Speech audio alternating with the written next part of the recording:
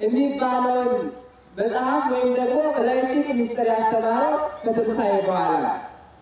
ትምህርተ ውአት ማለት ስውር ድብቅ ከአእምሮ በላይ የሆነ ምስጢር ማለት ነው።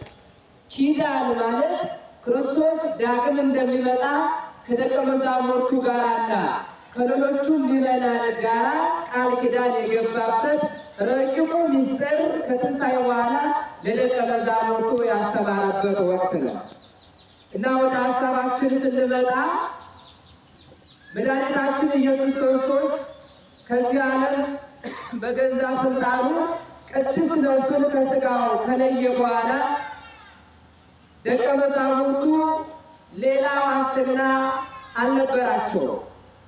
ምክንያቱም ክርስቶስን ሲከተሉት የነበረ ክርስቶስ ለደቀ መዛሙርቱ ሁሉ ነገራቸው ነበረ።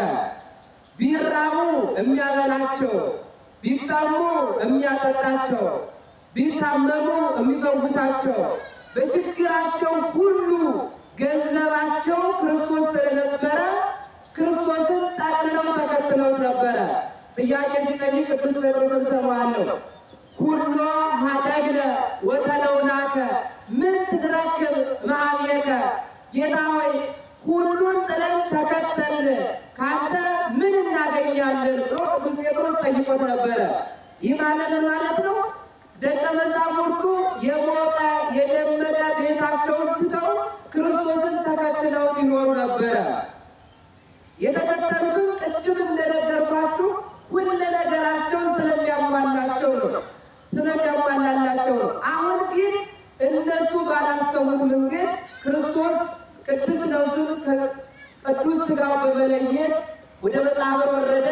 ወደ መቃብር ከወረደ በኋላ መቃብር ክፈቱልኝ፣ መግነዝ ክፈቱልኝ ሳይል ከመቃብር ተለይቶ ተነስቷል። ክብር ለአምላካችን ለመድኃኔዓለም ይሁን። ከዚህ በኋላ ክርስቶስ ከተነሳ በኋላ ደቀ መዛሙርቱ ረሃብ ተሰማቸው። ምክንያቱም የሚያበረክትላቸው ክርስቶስ ተለይቷቸዋል ስላችሁ በአካል ነው። ስለዚህ ተቸገሩ፣ ተጨነቁ። ምንድን ልንበላ ነው? ምን ልንጠጣ ነው? ብለው እንደገና በክርስቶስ የነበረውን እምነታቸውን በማቀዝቀዝ ወደ ቀድሞ ተግባራቸውና ወደ ስራቸው ተመለሱ ይላል። ጴጥሮስ እና እንድርያስ አሳ አጥማጆች ነበሩ። አሳ ወደ ማጥመድ ሄዱ።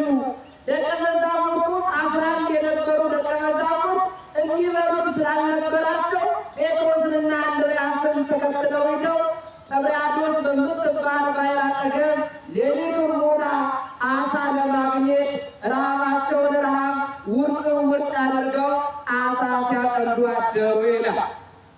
ግን አንድም አሳ ግን አላገኙም ነበረ። አንድም አሳ አላገኙም። ሲነጋጋ መድኃኒታችን ኢየሱስ ክርስቶስ ለሶስተኛ ጊዜ ለደቀ መዛሙርቱ ተገለጠላቸው። ከዚህ በኋላ አሳ ይዛችኋል፣ አጥምዳችኋልን? አምጡ አላቸው። ሲላቸው ምን አሉ መሰላችሁ? ሰራይነ ኩላ ሌሊተ ወአልቦ ዘረከብነ። ጌታ ሆይ ሌሊቱን ሙሉ ስንሰራ ስንደክም አደርን፣ ግን የያዝነው የለንም። ምክንያቱም ያልያዙበት ምክንያት ክርስቶስ አብሯቸው አልነበረም። ማን አልነበረም? እግዚአብሔር አብሯቸው አልነበረም። እግዚአብሔር ከእኛ ጋር ካልሆነ ትዳራችን ሊባረክ አይችልም። ክርስቶስ ከእኛ ጋር ካልሆነ ትዳሩ ኪሳራ ነው። ክርስቶስ ከእኛ ጋር ካልሆነ የንግዱ ዓለም ገንዘባችን ሁሉ ብኩን ነው። ለዚህ ነው ቅዱስ ጴጥሮስ ጌታ ሆይ ሌሊቱን ሙሉ ሰራ፣ ግን ያገኘነው የለንም። ያለ ክርስቶስ የምናገኘዋለን ይመናል። ያለ ክርስቶስ የምናገኘዋለን